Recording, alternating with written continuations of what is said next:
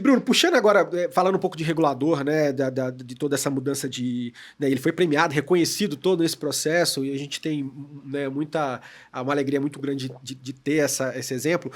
Mas eu sinto que, inclusive, a própria mudança de abordagem, seja nessas conversas que você teve no início, que sentava na mesa e tal, eu sinto que até nas próprias consultas, eles estão até se assemelhando com o que eu vejo que era benchmark, que é o FCA, né? Uhum. Então, assim, a FCA lá, eles fazem essa consulta pública, até aquele formato, eu vejo que as últimas consultas colocadas no mercado tem um formatinho muito mais aberto, para realmente colher ali o mercado, não coloca uma minuta inicial para o mercado colocar, mas ele vem no tópico, pautando temas, né, e buscando. Como é que você vê isso, né, e quais foram também os desafios, emendando, né, nessa mudança se é realmente a minha visão tem a ver mesmo com o que você entende que é por aí. E também como você vê assuntos mais complexos aí, talvez os mais complexos você entendeu que talvez não fosse voar, e eu acho que são esses dois elementos que acho que vale explorar. Bom, de fato, desde o BC+, né, que foi do Ilan na época, o Banco Central se tornou parceiro, ele não se tornou o regulador, ele não se tornou o punidor, né, aquele cara que pune, porque até então você tinha essa figura, né, o Banco Central pune, o Banco Central... Então, eles mudaram a cabeça, justamente daqueles exemplos, vamos conversar, posso te acompanhar? Uhum. Né? E até casos em que eles vão para um cliente e falam, por que você não faz isso? O Banco Central sugerindo um modelo de negócio como uma ideia com base na regulamentação. Então, é surpreendente. E, de fato, eles mudaram a forma de regulamentar. Uma grande mudança foi trabalhar com normas mais principiológicas. Sim. Né? Então, você pega a área de câmbio. Uhum. A área de câmbio foi uma mudança que eles revogaram dezenas de leis. E a lei é uma lei principiológica. Ela estabelece os parâmetros e deixa o infralegal, ou seja, o Banco Central, regulamentar o específico. Mas por que isso? Porque justamente o Banco Central tem essa capacidade de rapidamente mudar uma regra. O Congresso não tem. Então, o modelo de uma lei super detalhada, ele não funciona mais. É um modelo... Já obsoleto. Esse é o primeiro passo. O segundo fato é que o Banco Central, ele de fato sempre foi democrático no geral na área regulatória, mas ele criou um modelo um pouco mais aberto, que é muitas vezes ele submete às ideias, nem a norma. Sim. Então ele fez isso lá, por exemplo, com câmbio. Antes de sair, ele falou: o que vocês acham desses princípios? Ele acabou de fazer isso com cripto. Os VASPs, ele não escreveu a regra, ele mandou. Eles estavam conversando sobre o agente de coleta no Pix. Eles mandaram lá, falaram, olha, o que vocês acham desse conceito? Aí ele mandou um PowerPoint para comentários. Ele está comentando um PowerPoint. Sim. E que eu acho que é muito mais inteligente, porque antes de ele começar a escrever, ele aprende o mercado. Lembrando que o funcionário do Banco Central, eles são poucos, né? Eles são muito qualificados. Sim. Eles têm pouco tempo. E assim, eles não têm esse tempo de sobra para estudar. E também para poder escrever algo que depois jogar para o mercado, para ter que fazer trabalho. É mais fácil você bater uma bola, né? Então, ele se inspirou sim no FCA, só que ele é hardcore, ele é muito mais amplo do que o FCA faz. Ele é muito mais aberto e coloca muito mais na mesa coisas e ouve. E até eu lembro, a gente ajudou lá pela Febraban a escrever as primeiras regras infralegais de câmbio. Sim.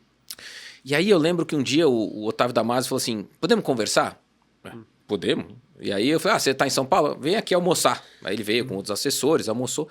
E ele perguntou, o que você está achando da regra? Olha... E era bem a primeira versão. Falei, olha, eu vou ser super franco com você. Eu não sou regulado, então eu posso falar o que quiser. Eu tô achando que vocês sempre falaram não durante a vida inteira em câmbio. Agora é para falar sim, vocês não sabem falar sim. Essa conta de não residente, por exemplo, vocês escreveram, é um horror, não sei o que tal. Você tem razão. Voltou, mudou a regra. Olha só. Mudou a minuta de regra. Que demais, Então, ele ouviu nenhum banco, ele ouviu outros players de mercado que estão participando para tomar ideias. Aí você fala, interessante. Mas quer dizer que tudo que ele ouve no mercado ele faz? Claro que não. Eles são totalmente independentes.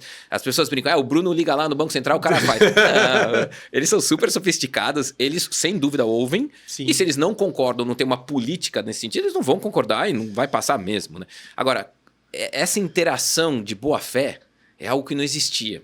Isso fez uma mudança assim radical. E aí, olhando agora a segunda parte da pergunta, o que a gente está vendo, né? Para onde a gente está indo, né? O que são as coisas, ou coisas que eu achava que eram muito complexas, né? Para mim, honestamente, quando eles falaram que o Pix ia ser feito pelo governo, eu honestamente falei, não vai rolar. Sim. E foi surpreendente. Então, para mim, foi algo surpreendente. A segunda é o Open Finance. Sim. Open Finance é um negócio tão complexo e tão amplo. E que envolve tantas partes, ordenando né? o trabalho juntos. Exato. Então, assim, para mim, eu falei, cara, esse negócio nunca vai sair. E aí, obviamente, saiu, porque o Banco Central, vamos dizer assim, foi menos democrático do que seria em outras condições, que é não deixar na mão dos incumbentes, né, as decisões mais importantes, e sim democratizar essa decisão, mesmo a custo de pressionar os bancos ou forçar os bancos a fazer algo contra a vontade deles, né? Sim. Então isso para mim foi um exercício super complexo, ainda está sendo, mas que se você olhar, ele já gerou frutos, né? E distribuir toda a representatividade de quem decide, porque na verdade a gente é colegiado, né? A gente tem ali os diferentes players. Eu lembro que você, em algumas conversas no auditório do Pinheiro Neto, falando assim, é um MMA ali meio que...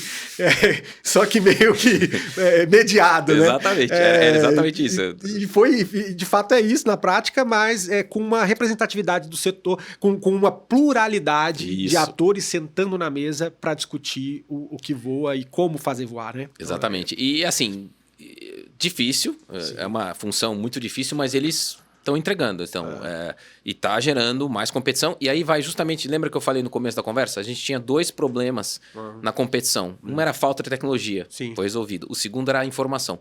O Open Finance é justamente acesso à informação igual para todo mundo. É o segundo vetor fundamental para um processo de competição pura. Sim. Então, o crescimento do Open Finance, né, e com os acessos às informações, isso vai ser transformador. Então, isso é fundamental.